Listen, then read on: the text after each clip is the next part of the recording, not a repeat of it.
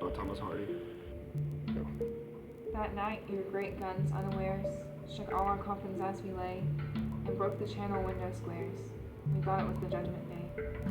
And set upright while Jerusalem arose the howl of wakened hounds. The mouse let fall the altar crumb, the worms drew back into the mouths. The gleed cow drooled till God called no.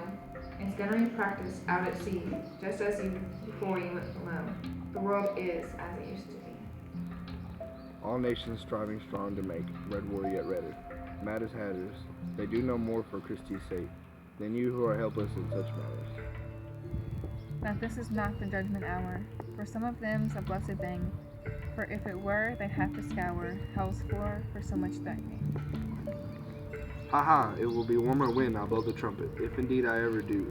For you are men, and in rest is eternal sorely need.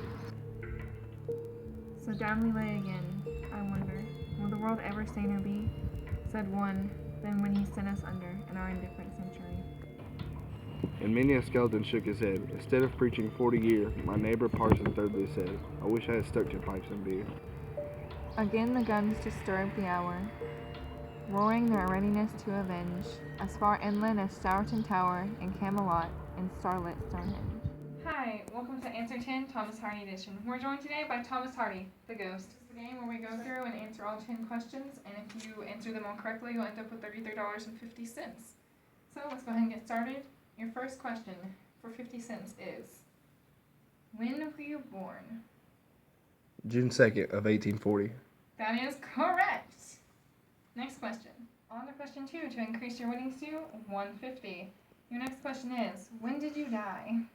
January 11th of 1928. Correct. Now to increase your winnings to $3. Question 3 is, when you were alive, what country controlled England?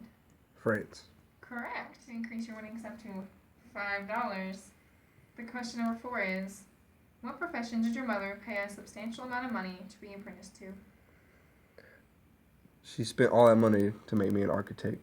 Correct. Now to increase your winnings to $7.50. Question number 5. At what age did you begin to read? 3 years old. Correct. Now to get your winnings up to $11.50. Who are you believed to be remotely related to? The Vice Admiral, Sir Thomas Masterman Hardy. Almost there. 4 questions left. Now, question 7 to get your winnings to $13.50. What is the significance of your ties to Vice Admiral Sir Thomas Masterman Hardy? He served with the British naval hero Nelson during the decisive Battle of Trafalgar in 1805. Correct. Number 8 to get your winnings to $17.50. You started off writing poems, but after they weren't being published, you made a living off of writing what? I decided to start writing prose or novels. Get your grand total to exactly $23. Thomas Hardy, what alternate languages did you decide to learn? I decided to learn Latin and Greek. Correct. Your last question for the grand total of $33.50. Thomas Hardy, are you ready for your final question? Yes. What 2 books did you read vicariously? Some of my favorite books were the Bible and Charles Darwin's The Origin of Species. Correct.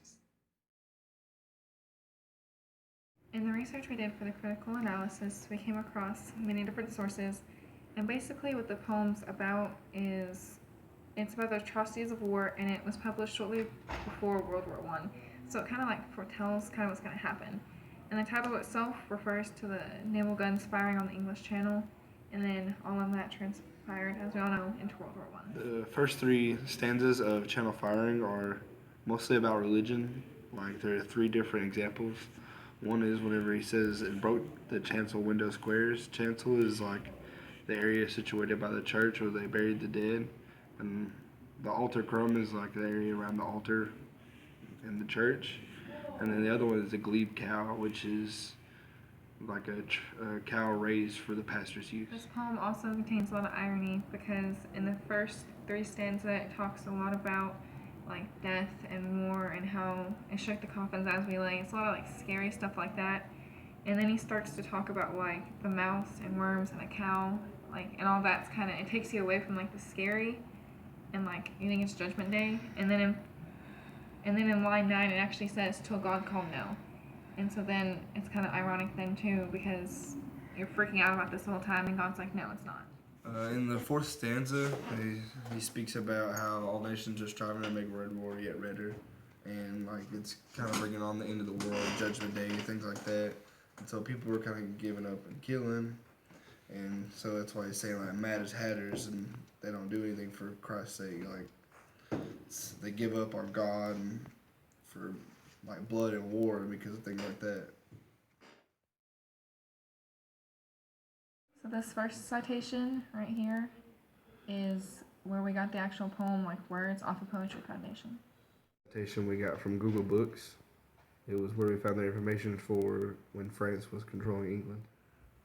The third citation is from biography.com, and it's where we figured out the dates that he was born and he died. Fourth citation is an article we found from the Gale databases. It's where we found the information from his remote family ties to Vice Admiral Sir Thomas Masterman Hardy and his other personal family information, like the books he read and the other languages he knew. It is also from Gale databases, but from a different article. And in this article, we find out about his writing career and about his mother trying to apprentice him to an architect. The citation we use is for the music in our video. So the last two citations on our bibliography is where we got all the information for the critical analysis.